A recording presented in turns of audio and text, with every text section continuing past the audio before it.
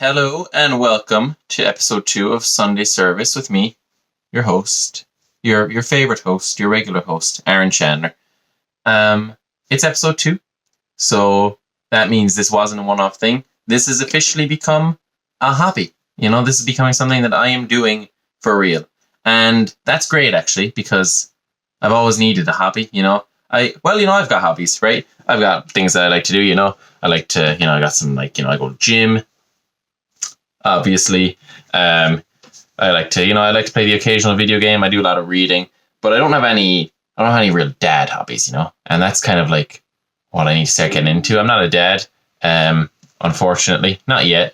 Someday I will be. Hopefully, maybe I am already. Who knows? There might be some little rugrats out there, huh? Probably not. You have to have sex for that.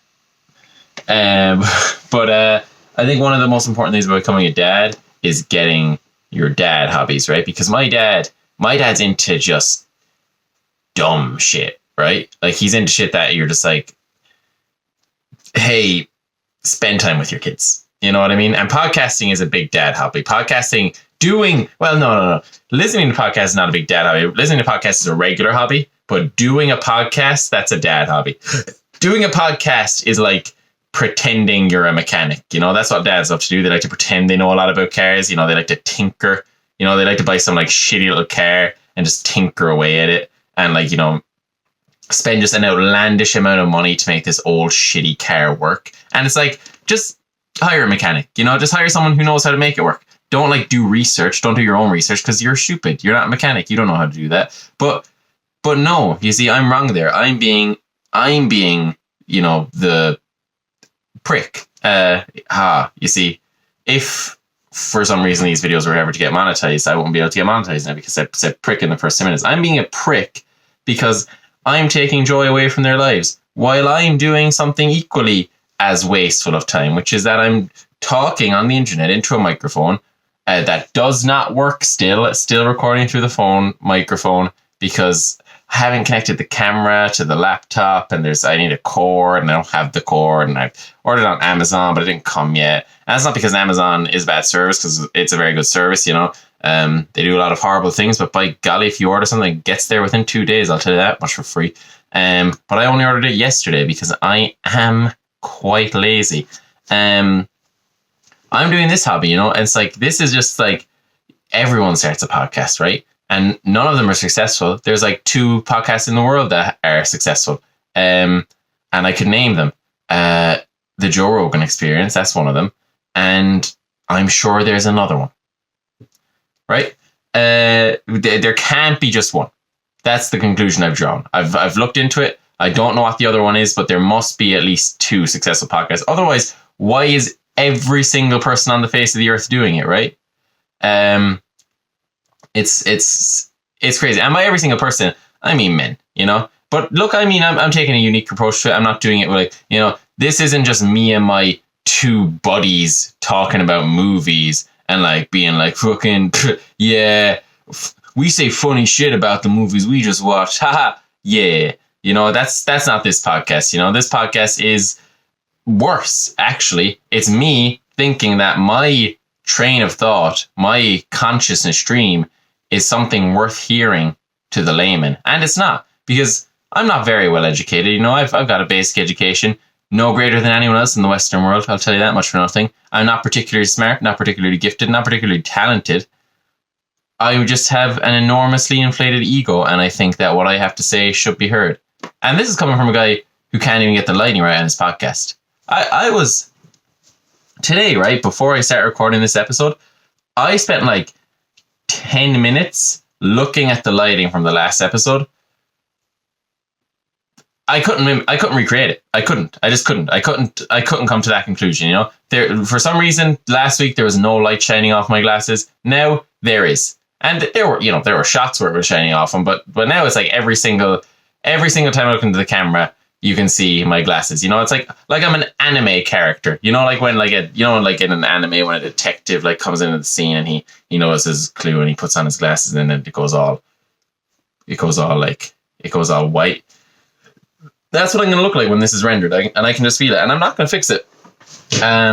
You know what that give me? You know what that'll give me an excuse to? It'll give me an excuse to put up audio only versions of the podcast, you know? Because the first episode is only on YouTube.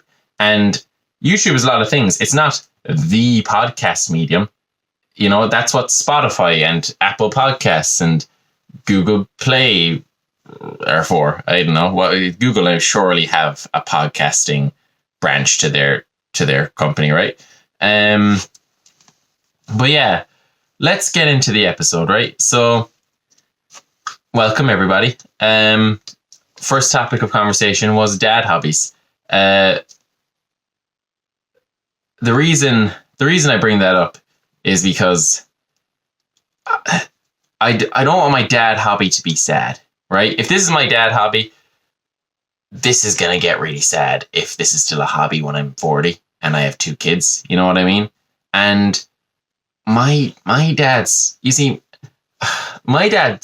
hobbies aren't particularly great, but he is more focused on his job, which is a plus, right? Like, he has a job to do. It provides for the family. It provides for his children. That takes up a lot of his free time. So the fact that his hobby is fucking lame is kind of okay, right? Because, you know, he needs an outlet. You know what I mean? He needs something to do that the kids aren't involved in. Every dad does. But really, tinkering with a car, come on. And it's not, is it a nice car? Not really. And a lot of the time, you know, when a man gets into tinkering with cars as his hobby, about 95% of the time is not spent tinkering with the car. 1 to 3% of the time is spent tinkering with the car. 95% of the time is spent watching videos of other cars and being like, fucking, I wish my car could do that, you know? And then like the other like 2 to 4% is like going on Done Deal and being like, damn, that engine's kind of rusty, but if I get some WD-40 and some sandpaper, you know, we could make something happen. It's just a lot of thinking about actually doing something to your car. You know, maybe I'll do something to my car this week. You know, maybe I'll finally change the belt, whatever the belt is. I don't know enough about cars to dispute that, you know. And I'm a car guy, not like in the sense that I know a lot about cars, but in the sense that, or even in the sense that I have a driver's license, because I don't yet. But I'm a car guy in the sense that I look at a nice car and I go, it's pretty cool. But yeah, like, it's a lot of those hobbies are a lot of just, I'm gonna think about doing something. You know, there's this subreddit. I've gotten into Reddit recently, which I find is kind of like, I feel like I'm taking a step back in my life, right? Because I'm 24 now, which means I'm a grown up. So I shouldn't be looking at Reddit, right? I should be looking at like the news, right? And they have news on Reddit, but it's not real because it's on the internet, right? Like, they can kind of, on the internet, you can kind of just say anything, and there's no like sources, there's no fact checking. You can just look. I think all of society knows about that. I'm not cracking any new ground there, but like, you go on like Reddit, and it's just a lot of people talking about like things that they think about things that they don't actually know anything about. Like, so this podcast subreddit, it's a lot of like people just being like, wouldn't it be cool to start a podcast? And that's it, right? So like, I guess, like, you know, fair play to me, I'm a step ahead of all of them, which is great.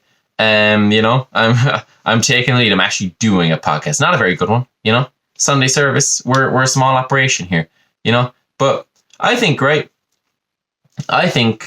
these first couple episodes will be the best episode of the podcast ever. You know, it's like the early sermons of Christianity, you know, when, like, you know, no one was looking.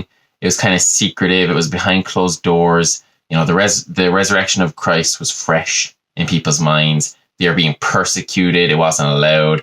And they were just talking about scripture, you know, they were just talking about this guy, and they were like, yeah, he was so sound. And then he died, and it was so sad. But then he came back, and it was so great for like a couple of days. And then it wasn't again. But humanity is better off for it, you know, like, and then people are like, whoa, did that really happen? And they were like, probably.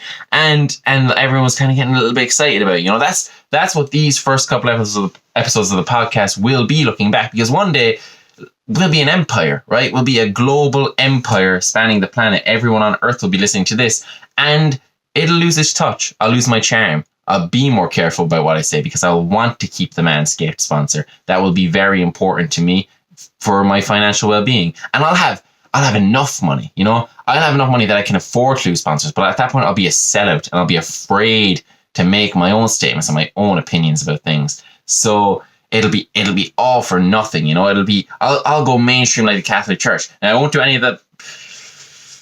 I won't do any of that really bad stuff that they did, you know? Like, look, I'm not going to say it, you know, because it doesn't need to be said, because it's been said enough. And also, if they ever want to sponsor the podcast, I'd like to leave that door open, because they've got a lot of money, you know, and they don't have it for ethical reasons, but their book is nice. You know, they got a nice book. If maybe all their money was made just from that book, that would be better, but it's not. It's not great. And even, look, hey, I was going to say they're not the worst religion. That one thing that we all are kind of, the subject that we're all kind of dancing around right now, that was pretty bad. But nah, some of the other ones have done worse things, you know? And, well, it's not the religion that's bad, it's the institution, right? And that's something that we kind of overlook in society these days, because religion's a very beautiful thing, right? You know, like a relationship with God, a relationship with a higher power, and a relationship with your soul and your higher soul. That's like all really important, right? If you believe in that kind of thing, which I think I do. But like the whole like give us money to get into heaven, like that's not ideal. You know what I mean? So again, didn't crack any new ground there. The thing about like, okay, so I'll give you a like kind of look into the inner workings of how this podcast work. And sometimes I write down topics. And by sometimes, I mean, that's what I did last week for the first episode. And for the secret experimental practice episodes that none of you have ever seen, right? I wrote down topics and then I read from them. And this week I did write down topics, but I haven't actually talked about any of them yet, right? So I said the thing about the dad hobbies, and that came to me in the moment, which was kind of like, you know, was that a spur of genius? Yeah. Was it like a great observation about the nature of family? Yeah. Did it kind of enhance our understanding of society? Yeah. Did I strike a chord that we can all relate to about our lame dads who like to play darts on the weekend in the pub? Yeah. Did I make the further emphasizing important point that having those hobbies, while they seem lame and cringy on the surface, we'll all come to realize that they're actually joyful and necessary, and that even if something's, you know, seems sad to others, if our Father is extracting joy from it and is making them happier as people, better fathers to us and better men in general, then ultimately it's a good thing. Yes, I struck that chord.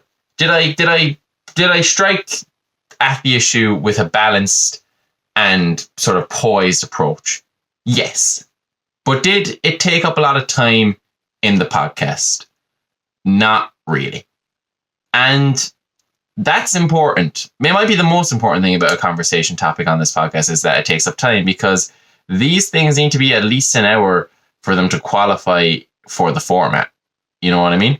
And that was a slow start. It didn't get us off to the races. I'll tell you that for nothing. You know, I thought about the cars thing, right? I thought about, like all dads, they love like tinkering with their cars. And then I was trying to come up with another example, and I couldn't. I was like, what other things? I don't want to call them dumb because I'm going to be that guy someday. And I'm looking forward to being that guy. I'm looking forward to kind of just, you know what I can't wait for? You know, because this is great, right? Okay, first I'll finish this other thought. I couldn't think of another example of a lame dad hobby. And then I thought of the darts thing a little bit later. And then I was kind of like, all right, you know, that was kind of easy picking. Should have gotten that earlier. Don't really know what a third one would be. So, you know, all in all, I feel like I've kind of failed on the whole analogy, right? But I can't wait to have just like a mediocre life. Like, and I'm not saying that ironically or with any like malice in my heart. That's really what I actually have come to realize I actually want. Because I think when you're a kid, right, you kind of get this idea in your head, especially if your upbringing wasn't like traditionally ideal, you know, like I think a lot of people grew up in a world where they had what was considered like a traditional upbringing, but they didn't have the best version of it. So then they look at the traditional style of being raised and they go, that's bad, you know? Like, okay, you had a 2-parent household, but they didn't get along. You know, they fought all the time. Maybe they split up, they got divorced. It affected you badly. You know, you weren't raised as well. Maybe your parents didn't want kids, and maybe that came to reflect in your child a little bit. And you're like, oh, well, this fucking sucks. I won't do that. And then you're like, maybe I'll go to Spain, you know, for like 3 months. You know, maybe I'll move to Australia. That's what Irish people do. And, you know, I think obviously there's a fair enough element to that choice. But I think eventually you kind of got to come back around and you got to go, all right, no, that really fucking boring, that lifestyle I made out to be boring and droll and, you know, overall bad would actually kind of slap, you know? Like there's sort of like a lot of young people I think are afraid of having kids because they're just like, oh, I got to stay home all day. I always got to take care of them. You know, they're so needy. And I'm just getting to the point in my life where I'm like, what else would I actually be doing? You know what I mean? Like, cause like you can like, first of all, like going traveling the world, it's like once you've seen one country, you kind of seen them all a little bit. And I'm not saying traveling isn't important because I love to travel. I love to explore other cultures. I love to like, you know, get out there. But it's like, I don't really get these people who are like, I'm going to go to France for a year. It's like a month. You can extract all the joy there is to be had out of France in a month. You know what I mean? Like you can get Paris done in a week. And that's the main one. You know what I mean? You can get the Eiffel Tower, you can get the Louvre, Disneyland if you want, if you're feeling like a child. You know, you can get the museum, Arc de Triomphe, Napoleon. You can knock that all out Monday to Friday. You don't even need the weekend, you know? Split the weekend, eat some frog legs, eat the inside of a snail, you know, just, you know, be rude to people for no particular reason. Like you're cooking, like you're already getting like the Parisian experience. And then you just have to get the rest of France for the other 3 weeks. And it's like, they're not as important, you know? Like everyone wants to hear, when you come back to Ireland, everyone wants to hear about your trip to Paris. They don't want to hear about how you saw the beaches of Normandy and got sad, you know? Because you're like, oh, so many people died there and it was so hard. It's like, no one gives a fuck about your little philosophical reminiscing on the nature of World War II and the suffering of those. They just want to see the pictures of the big triangle dick. That's what they want to see. So it's like, just settle down. Just have a baby. And like, what's great about babies is they're very basic. They don't do a lot, right? They're not very complicated. They kind of cry. They shit themselves. They cry about that. They get hungry. They cry about that. They kind of get lonely. They cry about that. And then sometimes they try to talk and it doesn't work. And those are the only things they do. But what's great about them is they're very good at all of those things, you know, and they're very reliable and they're predictable. And there's a relatability to that in society, you know, my baby cries, your baby cries. We can bond over that. We can't bond over the fact that I went to this one cafe in France and you went to a slightly similar cafe in Norway. You know, that doesn't make a lot of sense, you know. I guess it does. I guess that's actually more of a cultural sharing experience. That's also very important. But that's not, look, travel is great. I wasn't trying to dispute that. But what I'm trying to get at here is the point that family is great. And it's great because of those things that you kind of think are going to be horrible about it. Like, you know, like, I can't wait to wake up and hear a baby crying, right? Because it's like, I'm alive, you know? I'm not making a great argument for this right now, is what I've realized, which is unfortunate because I have a great argument in my head. I just can't formulate the thoughts properly. I'm going to be honest with you all, you know, man to man, audience to host. This week's episode, maybe I didn't plan it out very well, right? Because right now it's Saturday night, right? And ideally I'd like to record the podcast on a Saturday evening, maybe a Friday night, right? But today, hey, look, I'm a busy guy. You know, I got stuff on my plate. You know, I've been busy the past couple of days. I've been getting shit done. I'm doing important things. And I can't share those with you because they're actually very personal. I mean, I could,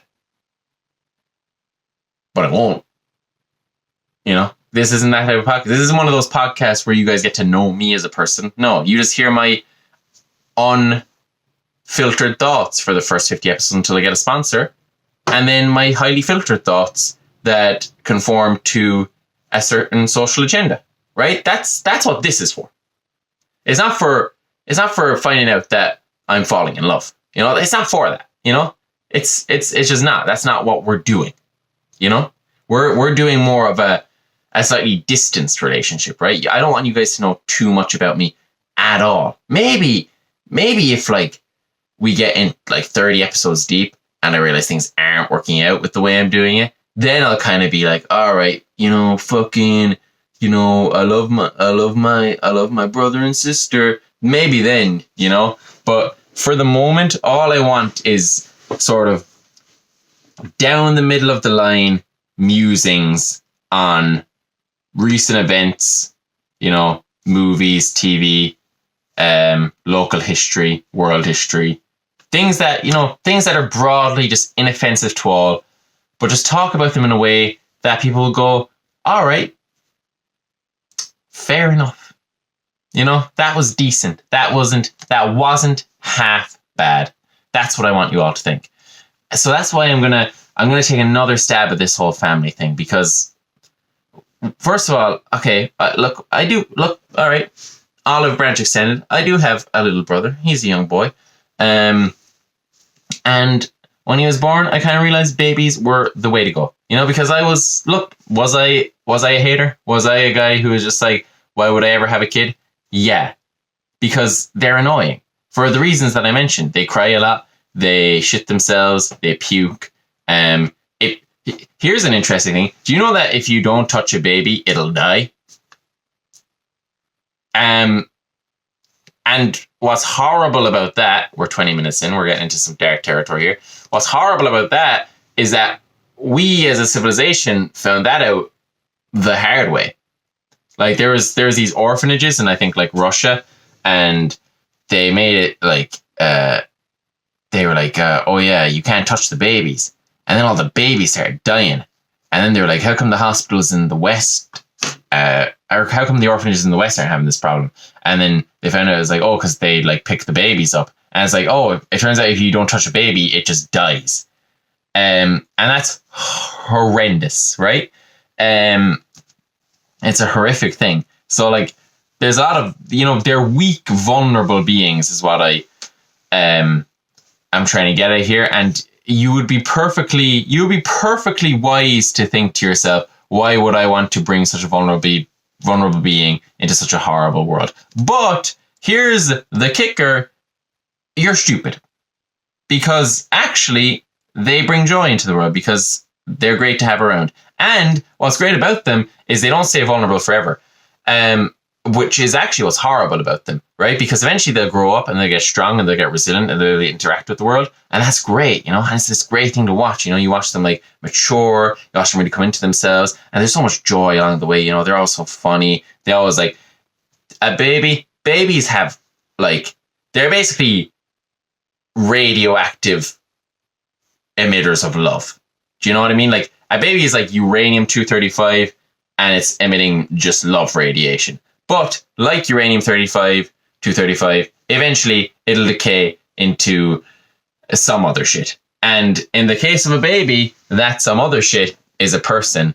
And that person has a half-life decay. And that half-life decay is being really fucking annoying, right? So I think the half-life on a baby is like, let's say 10 years, you know, 2 half-lives later, they're mostly a person, you know, they've still got like, you know, you hit 20, they've still got like issues with attachment to their parents, you know, they still ask their mom for money sometimes. They're not fully a person, there's still a bit of babyish in them, but most of the radiation they're giving off now is, I'm a fucking pain in the ass, right?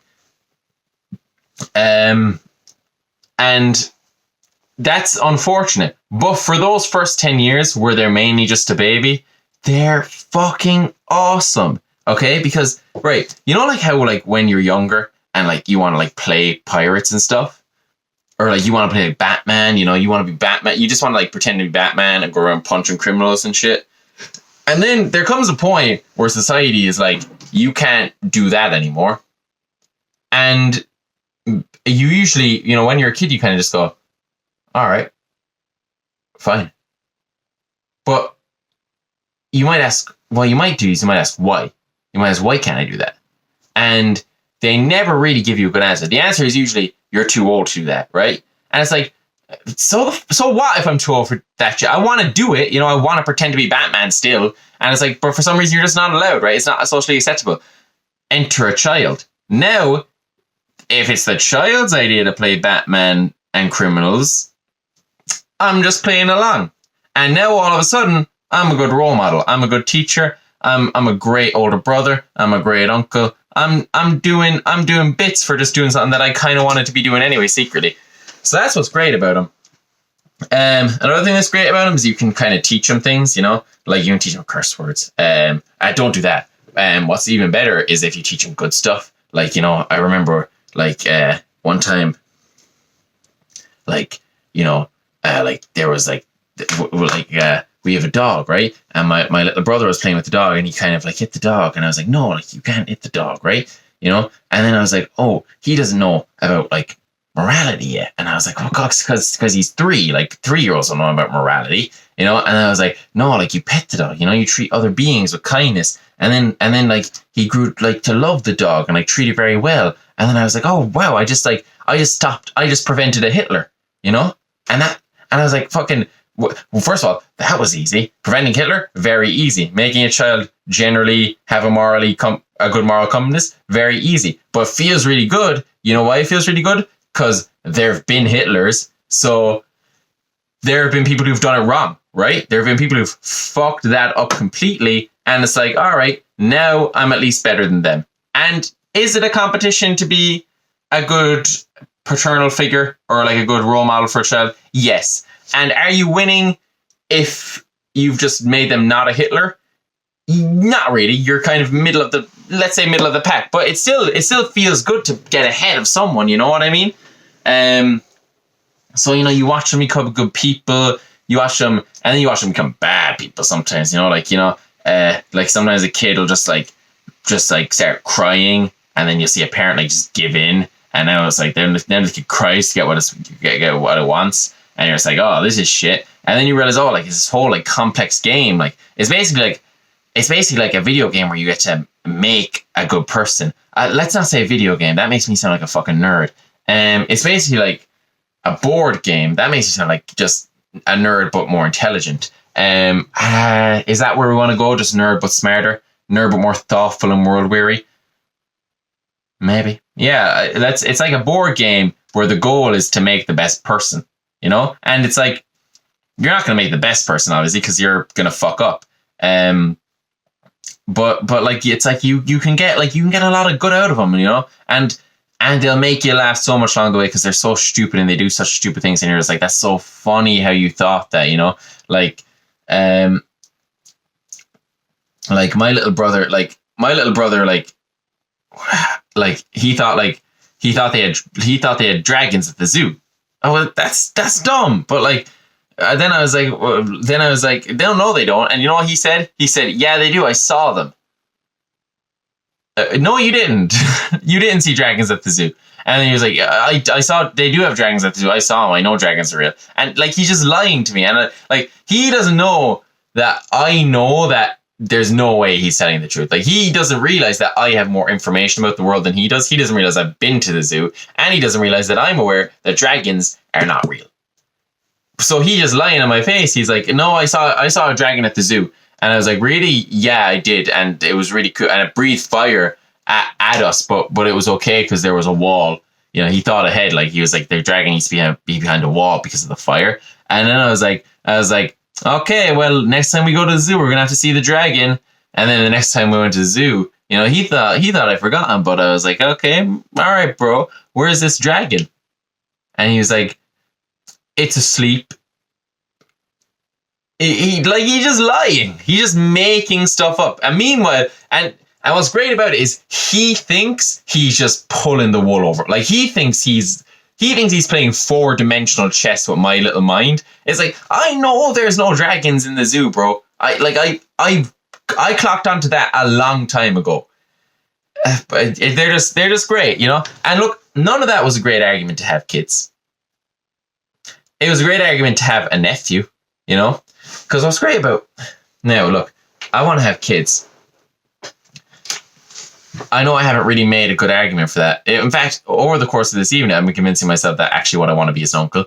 It's great to be an uncle or a brother, because what's great about that is you get all of the joy and fun of having a child, and then when it shits, you deliberate to a third party. You know, you outsource it. You're like, hey, baby's mom, the baby's shit. Fix it.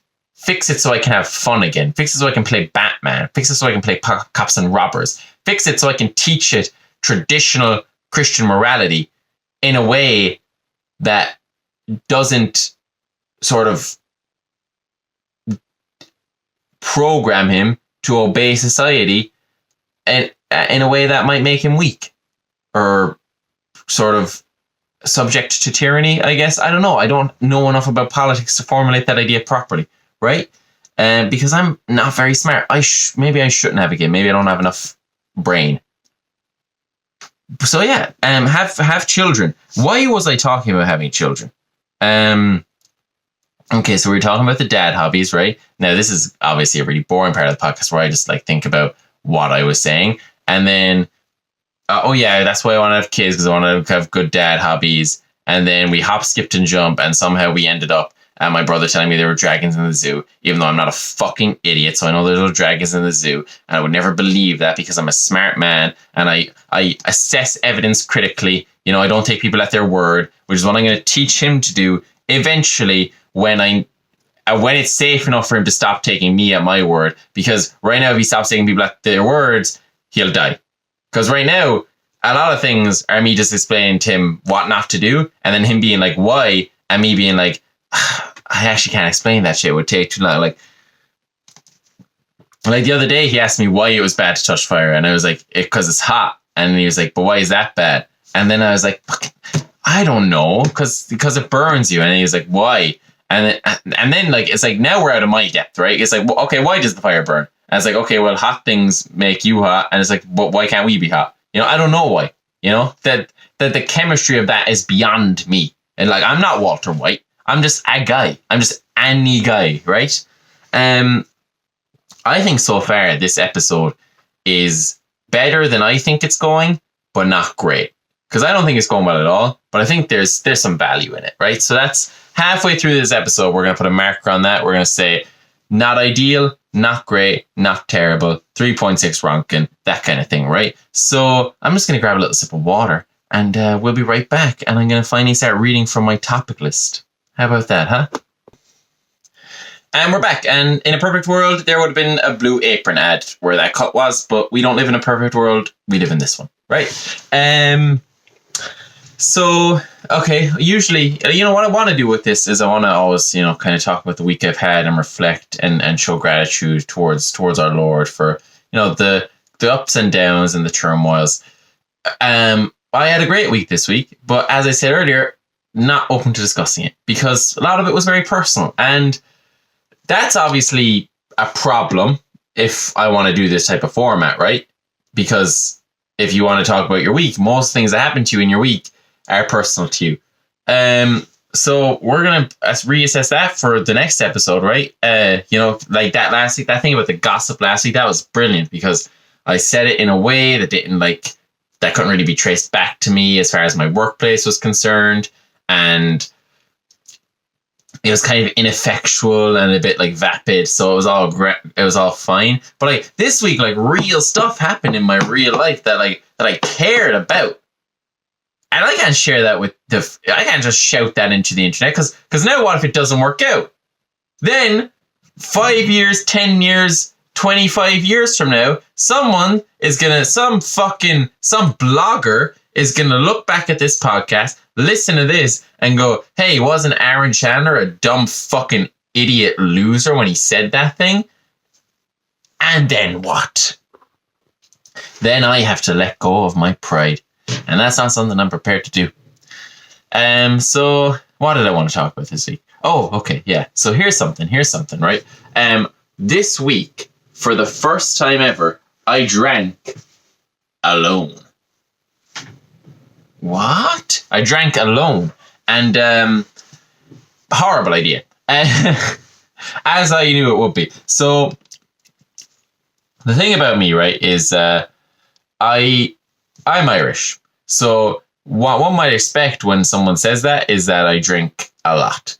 And I don't. I actually didn't start drinking until I was 21 years old. And that's because, and a lot of Irish people are probably thinking, why? And it's because I'm better than you. That's why. No, it's because I was afraid of becoming an alcoholic, because alcoholism runs in my family. There's an old joke. It's that alcoholics don't run in my family, they drive, right? And that's not my joke, but it's funny if you say it right, which I didn't, right? But the point of it is that people drink in my family, and that's okay, except for the fact that it rains devastation and destruction across their lives. But aside from that, everything works out okay in the end. Until it doesn't, right? So I didn't want to start drinking until I was older. I kind of didn't want to drink at all, but then I also found there was an element of like, well, you can't let fear rule your life. I also live in a culture where drinking is kind of a mandatory requirement to have friends. Like, you can't really have friends in Ireland unless you kind of get a bit locked. So drinking wasn't something that could always be off the cards, right? It's like there's no social infrastructure in Ireland that doesn't kind of revolve around drinking. Like I feel like, when you see those like American TV shows and they all go to like a diner and like, they're sitting at a diner and they're just like talking and they're eating just food and they're just drinking like a soda. They're drinking a pop, like they're drinking a Coca-Cola with their sandwich, and they'll sit there for hours on end talking. We don't have that. In fact, we see that and it disgusts us because it seems so fake and disingenuous. Because how are you having a social interaction without pints? It doesn't make sense to us as a nation, all right? It doesn't make sense to our culture on any level. So if I wanted to have friends, I had to start drinking. So I pushed it off for as long as I could. And then at 21, I was like, all right, let me lock in here. And I'm very careful with alcohol. I don't drink it a lot. I've only been really, really drunk about 3 times in my life. I've never had any blackout instances, which the fact that we live in a world where like getting blackout drunk is something that like people are just like, yeah, that happens is crazy. But I'm not here to judge. I'm Irish. It's in my blood, unfortunately. But I've never been a drinker at all. And I've never ever drank alone. Like my 2 rules about alcohol are 1, never drink at home, and 2, never drink alone. And those are like the 2 rules that I think are going to prevent me from becoming an alcoholic, unless I break them. Which, oops, based on my introduction to this topic, I did. So I was working the door for a comedy club, right?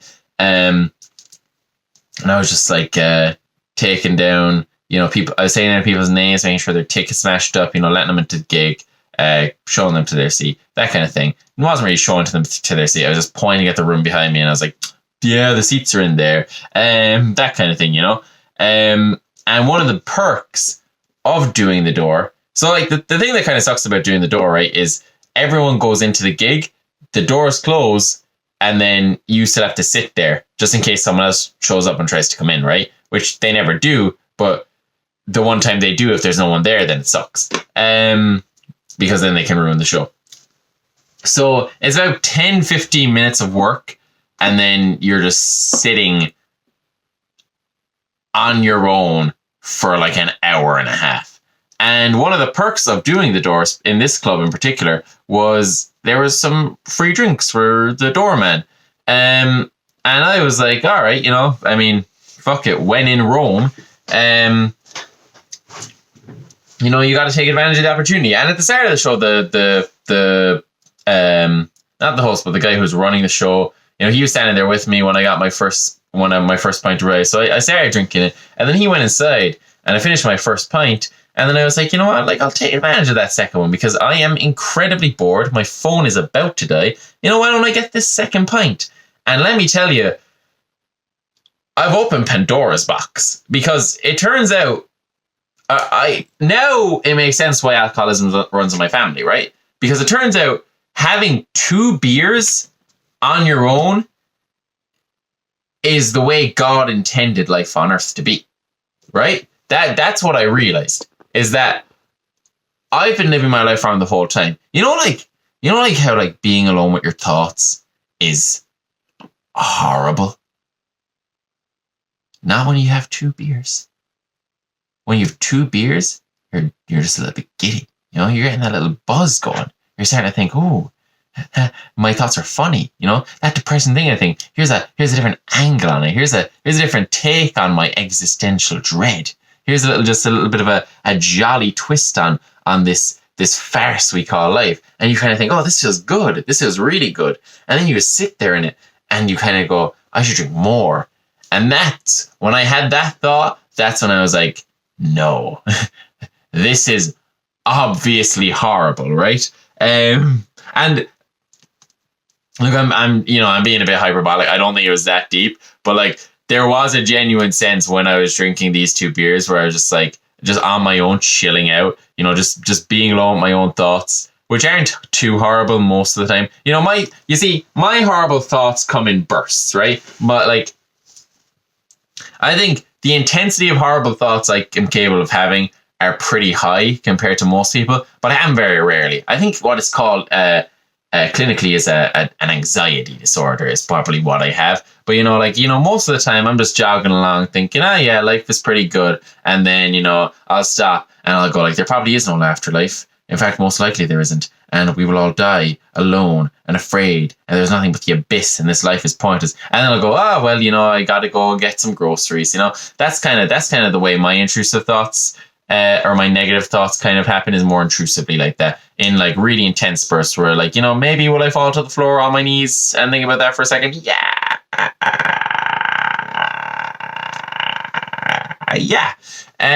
But that's fine. I get through the day anyway. If you need 1 minute every day to just scream into your pillow and then the rest of the time you're functioning properly, I think you're doing A-okay. Right? It's not happening that often, don't worry. If it's happening every single day, I might get help. It's happening it happens. Oh, so mentally ill. Oh no, I just realized that's actually so concerning. But yeah, I don't know, there was a real buzz to it, right? So look, if anyone's ever been nervous about drinking alone, what I recommend is giving it a go, because what'll happen is you'll really, really like it, and then you won't want to stop, and then you'll do it every day, and then that'll be great, right? That'll be fantastic.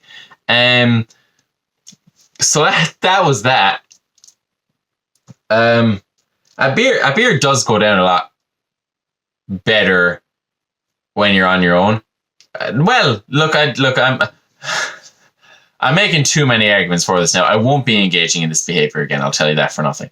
And what I'm about to say, I don't even necessarily think is true, but I often find, because I'm not much of a drinker, I often find that, last week I was like making eye contact with the camera a lot more, or just looking in the direction of the camera a lot more. And I think that probably helps. I keep looking down now at my notes, and I feel like that makes me look like kind of a bitch. I don't think episode 2 is going to be the episode we look back on and go, that was a great episode. I think episode 1 was that. I think episode 2 was like, okay, look, he was tired when he was recording this. He didn't schedule it properly. He didn't plan around it. He kind of recorded it one night when he was really kind of exhausted and didn't really want to do it, but knew that the habit of actually doing it was more important than the quality in these early stages, when he just wanted to get it going and get into that process. And look, was it the best episode in his early work? No, not at all. But it was an important stepping stone for his character development. And I think that'll be what we look back at and see this. This will be Attack of the Clones. You know what I mean? it's like, okay, is it the strongest one in this trilogy? No, but it's important to get everything set up, and then, you know, we'll move on to the next episode. That'll be pretty good. And then it's like, we'll fill in the gaps later of what was supposed to happen. You know, like we'll introduce a tertiary character. She'll be kind of, you know, become popular over time, and we'll describe what really happened in the background, and then we'll get to the bottom of what this was all supposed to be about. But for now, we're just going to take what we can get, right? That's what episode 2 of Sunday Stories is. It's about taking what you can get. And that's going to be the title of this episode, maybe. Unless I find something better in the next 15 to 25 to 30 minutes, right? It depends on how much longer I can talk. And I don't think I can talk much longer, because I got to be honest, I thought I was going to get a lot more steam out about that 2 beers thing. But then I realized, I think when I started realizing when I was talking about it, is that one, I wanted to say it as a joke. And then I realized the subject matter was actually pretty serious, because alcoholism is a real threat in my family. And then I think I got to a tertiary level where I was like, but I'm definitely not going to become an alcoholic, because I'm a bit too wise for that. And then I was like, okay, but the way I'm talking about it makes it sound like I'm definitely going to become an alcoholic. And now it's like, I feel like people are going to get worried, right? But I think, but now, because now if I say I have it all under control, now you just don't believe me, obviously, because why would you think that after I just had such an impossibly concerning conversation about alcohol as a drug, right? And there's no exit ramp for this conversation now, right? Because now, like, what am I supposed to do? Be like, I'm not an alcoholic? That's what an alcoholic would say. What am I supposed to do? Be like, I am an alcoholic, but I'm not. I can't, there's no, you see how I'm stuck here? I can't be just like, don't worry guys, I don't have any problem with drinking. Then why do you talk for 20 minutes about the one time you drank 2 beers and how unbelievably great you felt? I like, oh my God, I'm trapped. Okay, we're gonna have to abort the topic. What are we gonna do? Oh no. Wine. Jesus, the body of Christ. Water, wine. I'm gonna have to do like a Sherlock Holmes mind palace on this one to get us out of here. The notes. I can look at the other topics, but now if I abandon it, now I look like an alcoholic who needs help. And then I don't want that to be the perception of me, because I actually drink almost nothing at all. But now that I'm saying that, you're probably thinking I'm lying, because an alcoholic would never, want to admit he's an alcoholic, and he would lie to the people around him to do that. But I promise I'm actually not.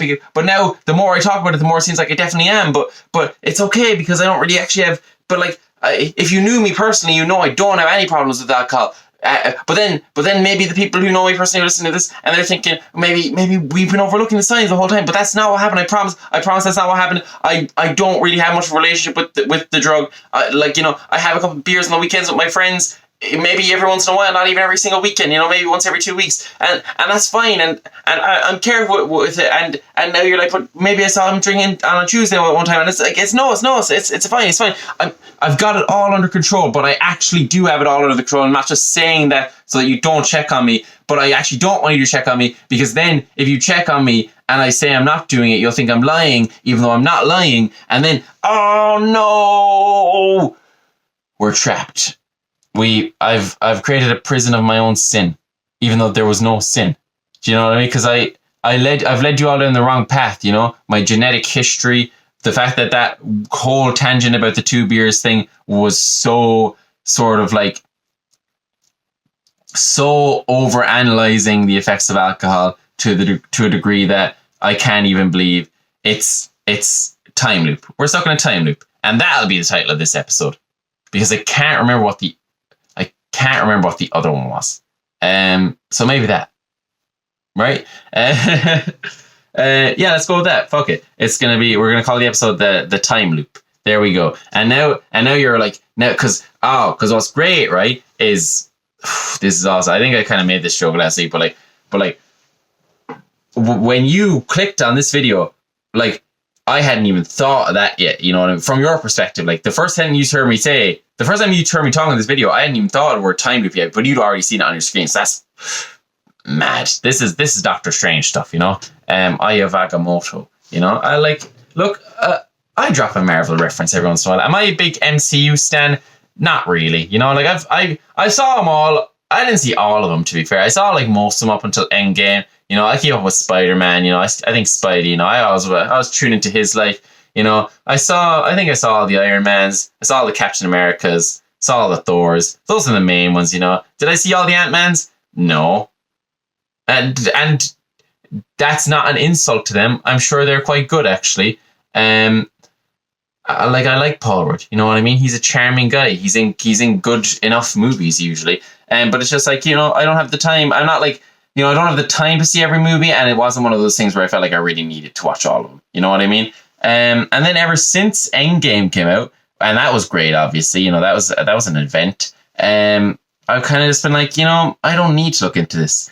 You know, like, you know, again, I kept up with Spidey, kept up with my boy Doctor Strange. You know, I think he was pretty cool. You know, he was one of the ones that I actually kind of took a keen interest in.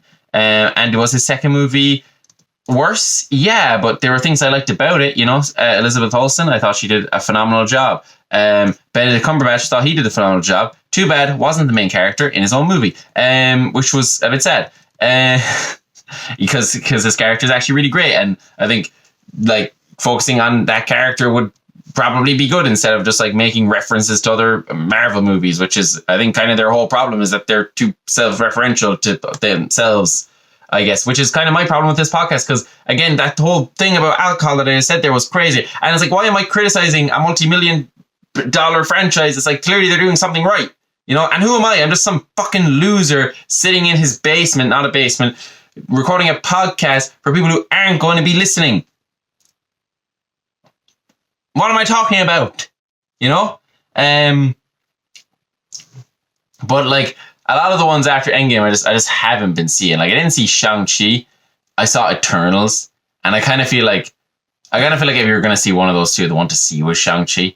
Because I saw Eternals, and I liked Eternals. Like, I liked you see, this is one of those things. I'm not really a big, like I can be a very, like, I can turn on like the kind of like film critic kind of thing in my brain where like I really look at the themes of the movie and analyze it and like think about what it means. And then I can also just like be like, fucking, it's Thor 3, bro. It's just, it's really fun and funny. And it just has like, you know, it's got just a good story, you know, it's fine, you know. And like usually I go to movies with that because like I want to enjoy myself. I paid money to see this. I'm not gonna try to shit on it. I'm going to try to enjoy it as much as possible, so I feel I got my money's worth. That's kind of my attitude towards services and products. And look, does that make me a good economic actor? I don't know. I learned that phrase yesterday, and I've been fucking shoehorning it into every sentence I possibly can ever since, with no perception of what it might mean. What is an economic actor? It could literally be an actor like who plays a character. Like, it could literally be someone who's hired to buy Coca-Colas to make other people think buying Coca-Cola is a good idea. That's what it could be. I don't think it is, but I genuinely don't have enough information to dispute that. I think what it is I think what an economic actor is, right? I think an economic actor is like anyone who partakes in the economy. So I think it's just that guy. I think it's just any bro. Any bro is an economic actor. But I think because the economy is basically just like shit math, right? It's just like kind of like math with like, it's like science, but with none of the science. It's like, all right, let's just assume a bunch of shit and go with those assumptions and predict the economy based on that. And then you look into it and you're just like, right, all of these assumptions are incorrect because people are unique and they don't act in accordance with this weird doctrine you've put forward. I was like, well, it gets a close enough answer, and you're just like, you know what? I can't dispute that. And then and you're like, so can you predict where the economy is going to go? And they're like, well, no. And you're like, oh, then what are we doing? Like a lot of economics is just like philosophy with like, you know, a little sprinkle of math, you know. So I think what an economic actor is like, it's the way they assume Annie Bray would act in the economy. And that's what I think it is. But again, I was about to say that was an educated guess. It's not. It's a guess. And I bet, you know what? I bet it's right. I'm like, you see, the more I've been like saying that sentence to myself in my head, the more I'm like, oh, I'm correct, you know? And we're going to look it up right now, because the more I kind of feel like, the more I've kind of like honed in on that definition, the more I'm like, oh, I bet that's what an economic actor is. So we're gonna type it in to good old Google here, and I feel like Google will give us like, you know, the straight up definition. All right, glossary, European Commission, economic actor, statistic explained, and here we go. An economic actor is any enterprise operating in the non-financial business economy, i.e., not in the financial or public sectors. Right. I don't know if I was right, but I don't know if I was wrong. Right? Like, okay, you like that. I feel like that definition that the European Commission just gave me was a piss take. Who are the four main economic actors? Households, firms, government, the rest of the world. The rest of the world. Okay, so I was wrong, but it's a loosely defined definition. That's crazy. Oh, wait. In economics, an agent is an actor in a model of some aspect of the economy. Typically, every agent makes decisions by solving a well or ill-defined optimization or choice problem. For example, buyers and sellers are two common types of agents. Oh, no, I was right. It's just, yeah, it's basically like anyone who partakes in the economy, or any like group that partakes in the economy. So like, and you know, a person is an actor, but a company is also an actor. So I was getting at the right thing. So actually, confidence restored, but also think economics is dumber now. But also, like, I don't think, you see, I mean, the arrogance of assuming a whole field is dumb is like something that smart people do. It's the dumbest thing, because smart people always have the dumbest, most stupid opinions, and it's because basically what happens is a smart person is 14 and then they decide what they think and then they're wrong, but then they're smart enough to defend it. So then they keep defending it, and because they can keep defending it, they're like, oh, I must be right. And it's like, no, you're just defending a bad idea very well.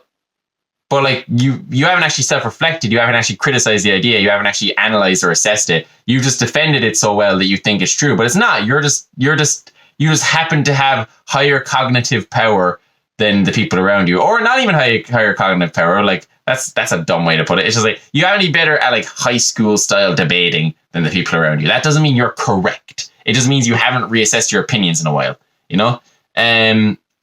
Like the idea that an entire field that's been taught in universities for over a century, that we just I just be here tonight and be like, yeah, that's dumb. Like, as if I'm smarter than fucking John Maynard Keynes, you know what I mean? Is that his name? I think so. You know, as if I'm smarter than Adam Smith. Is that his name? I think I might be getting those two guys and their first names and last names mixed up. I actually don't think I am. I think I'm pretty... Who's it? Malthus? He was the guy. He was the Thanos guy, right? He was the guy who thought we were going to have to Thanos people in like the 17th century.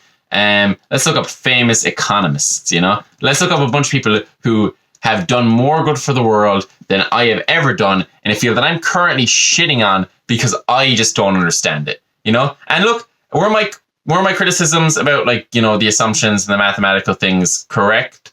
Yeah, they were.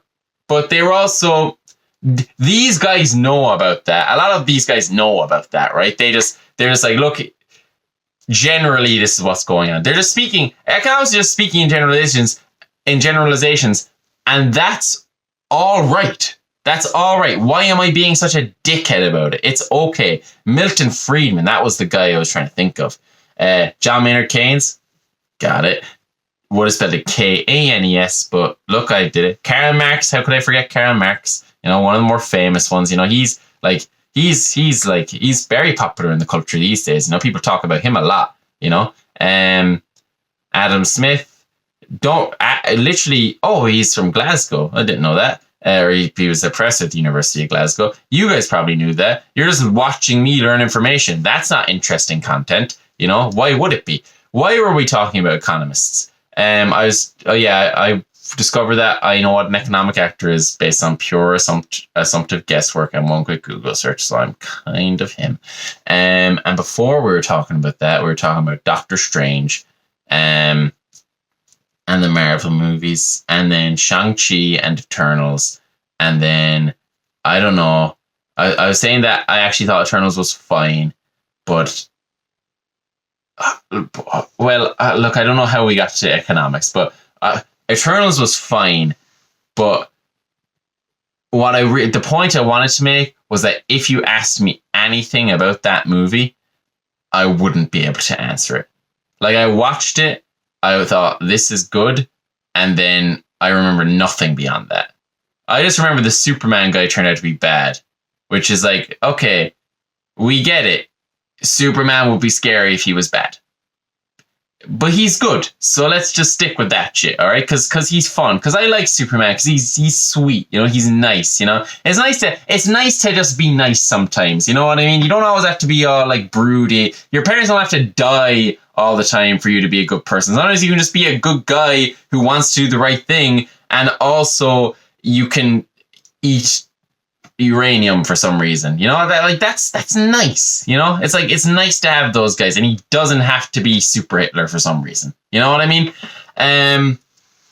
So yeah, Eternals wasn't that good. I'm gonna have to listen back to how we got from Eternals to Economic Actors, but that's just me again, overly self-referential, becoming like the Marvel movies, doing a callback to something that happened in this episode. Not a great idea.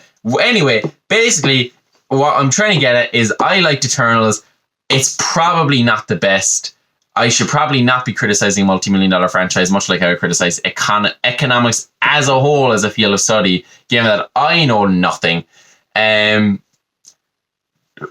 We're just going right back around in the time loop, aren't we? And I probably, but because I watched Eternals, let's lock back into track on the point. You know, let's bring this home. Let's land the train on this podcast. We're almost at the end. I hit the microphone. It doesn't work yet. Next week we got it. I kind of feel like the last few episodes, the last like 15-ish minutes of this podcast were pretty good. Like, I feel like I really found my flow, and I'm starting to lose the run of myself again. So let's lock back in, land this plane. If I'd seen Shang-Chi instead of Eternals, I think I probably, because that one is critically and socially regarded as the better one, I think if I had watched that one, I'd probably be a lot more into Marvel movies right now than I am. But unfortunately, I'm not. But is that unfortunate? Probably not, because now I have a lot of free time. Loki was good. That was a good show. I liked the girl version. You know, I thought that was cool. I thought they were sweet together. You know, and I liked Owen Wilson. God, I love Owen Wilson. You know, I love an actor who's just phoned it in. No, he hasn't. Like, why am I saying such horrible things about people who work hard? Like, you know, that's the thing about our culture is we're all so quick to like judge and say bad things about it. It's like they tried their best. You know what I mean? Like, everyone's out there just trying. You know, like Owen Wilson, he's like a nice man. You know, he probably has a family. You know, maybe he's like, whether or not he has a family or he has a divorce or he has kids, it's like, at the end of the day, he's a man trying to live his best life. He you know, he's always wanted to act. It was his dream. He wanted to be in movies. He's very charming. He's very charismatic. You know, he's done his best he's like, you know, he's worked very hard to get where he is. He's gotten very lucky. He probably feels very lucky. He probably feels very grateful for the life he has. And then here I come just shitting on him for no reason, based on nothing. Based on the meme about how he says "wow" in every movie. I'm just talking absolute bollocks about what could be a very good man. And even if he isn't a very good man, even if he has bodies in his basement, which he probably doesn't, you know, he doesn't seem like that kind of guy. He seems nice. Like, even if he did, I don't know that. So like, why am I judging? You know, who am I to judge anyone else? You know what I mean? Like if this podcast isn't going to be one where I just start chatting shit about people. You know, that'll be for the Patreon. That'll be for when we get the Patreon going. This podcast, we want to be nice and we want to support sort of humanity in general, even the not great parts, but not the really not great parts. Okay, no, look, okay, I think I went too far the other direction there. I think we need to come back somewhere in the middle. I think we want to reserve judgment until we have all the facts. I think that's what we want to do. And then we want to kind of act in accordance with some higher moral law. And then I won't say anything because I'm not sort of qualified, you know? Because look, I'm not in like an apathetic way where I'm like, you know, fucking everybody makes mistakes, but in more of like a kind of like, Aaron doesn't know what the fuck is going on kind of way, you know what I mean? In more of like a who's he to talk kind of way, you know what I mean? And I think that's kind of what we're gonna so we're gonna talk about it. We're gonna discuss all the facts, but we're not gonna come to any real conclusion. We're not gonna land the plane on discussions about celebrities and celebrity gossip and actors in movies, because at the end of the day, we weren't there, and that's kind of the attitude I'm going to take towards it. And is that the most flamboyant or sort of evocative thing that gets clicks? No. But is it the right thing? No. But it's kind of the thing that I'm willing to do. So, yeah. I did not land this episode. You know what? What I was about to do there is I was going to go, I did not land this episode, and then we were going to cut to black. But I feel like I kind of got the point across. I feel like I said exactly what I wanted to say, and just because some of you might not like it, that means I fucked it up. And maybe that's true, because look, I definitely didn't say everything congruently in the way I wanted to. But look, we're practicing. We're on our first episode. We're getting there. So we're on our second episode. We're getting there. The first episode was better. This episode was good though. We got where we wanted to go in the end. I was kind of rambling a little bit at the start for the first half an hour. But in the second half there was a good 20 to 25 minutes where I really found my footing, lost it for a little bit, got it back, kind of ran around chasing my own tail for a little bit. But now we're kind of at a place where we can end the episode feeling a vague kind of general sense of overall accomplishment, because I talked for more than an hour, which I didn't have to do. I could have stopped the episode at exactly an hour long. I didn't. I'm still going. We're 6 minutes over the hour. I still have one more thing on my notes to talk about. We're not going to talk about it because maybe I want to write a comedy bit about that, and maybe I won't talk about it on the podcast, or maybe I'll save it for next week in case I don't have any topics next week, in case next week's also a personal week for me and I can't discuss the week I've had. So that's where we're standing. At the end of episode 2, we've experimented with the format. We've realized that I need to take a picture of the camera setup and kind of get the lighting in a place where I can replicate it every week, because at the end of the day, this is my desk. I gotta move all this stuff once we're done. So I need to remember where it all was, how it was all set up, what lighting levels the cameras were at, why it's overshining my face this week for some reason. And next time, so look, the lessons we learned. Next time, don't have as much personal shit happen to you during the week. That's a good one. Second, foremostly, don't go off the rails with your ideas. If you're going to, do go off the rails with your ideas, because that stuff about economics was fucking amazing, right? But just have a direction in mind. Two, the main thing, I've said that about each of these points, that they're the main point, but this one is actually the main thing, is record the episodes when you're full of energy, because today, look, I expended all my energy, and then I was like, oh yeah, but the upload deadline is tomorrow, so I'll record it, right? And that maybe wasn't the best decision, but what I actually think is it was a great decision, because I'm now not in the habit of missing weeks on the podcast, But and next week I'll plan around that even better. I'll make sure I record it in a time when I'm in a good mood, and the next week's product will be better, and we'll have a more consistent flow of product, and we'll have a better product, and we'll kind of Heisenberg this shit. We'll get this blue podcast going, Sunday service with Aaron Chandler, the mass theme, we should find a Bible quote, like we did in the first episode. That was great in the first episode when we did that Bible quote thing, and maybe that could be every week, but no. I don't want to, because we've had too many topics this week, and there's nothing really to kind of tie it all together.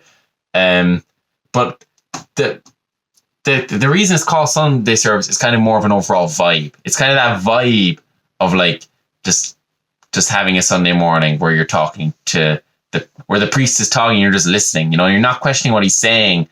You're not questioning the clearly